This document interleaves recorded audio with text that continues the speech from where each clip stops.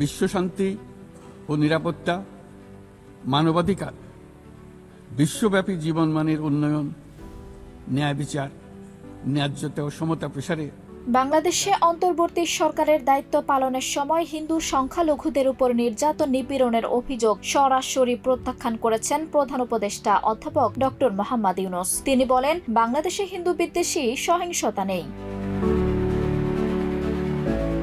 জাতিসংঘের সাধারণ পরিষদের অধিবেশনের ফাঁকে নিউ ইয়র্কে দেওয়া এক সাক্ষাৎকারে তিনি এই মন্তব্য করেন। অনলাইন সংবাদ মাধ্যম জিটিওর সাংবাদিক মেহেদী হাসানকে দেওয়া সাক্ষাৎকারটি 29 সেপ্টেম্বর প্রকাশিত হয়। অভিযোগ খণ্ডন করে অধ্যাপক ইউনূস বলেন, এখন ভারতের অন্যতম বৈশিষ্ট্য হয়ে দাঁড়িয়েছে ভুয়া খবর ছড়ানো। তিনি দাবি করেন, বাংলাদেশের ভেতরের বাস্তবতা অনেক ভিন্ন এবং সহিংসতা ছড়ানোর অভিযোগগুলো উদ্দেশ্য প্রণোদিত।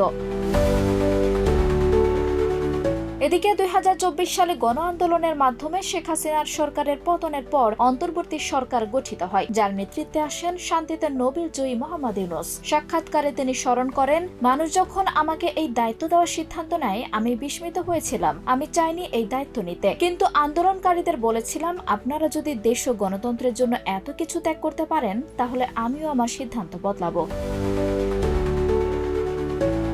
সাক্ষাৎকারে অধ্যাপক ইউনূস আরও নানা বিষয়ে আলোচনা করেন। এর মধ্যে অন্যতম হল জাতীয় নির্বাচন আয়োজনে দেরি হওয়ার যৌক্তিকতা, রোহিঙ্গা সংকটের রাজনৈতিক সমাধান এবং আওয়ামী লীগের কার্যক্রম নিষিদ্ধ করার প্রসঙ্গ সহ বিভিন্ন আলোচিত বিষয়। আঞ্জুম হক আরবি, প্রজন্ম 24।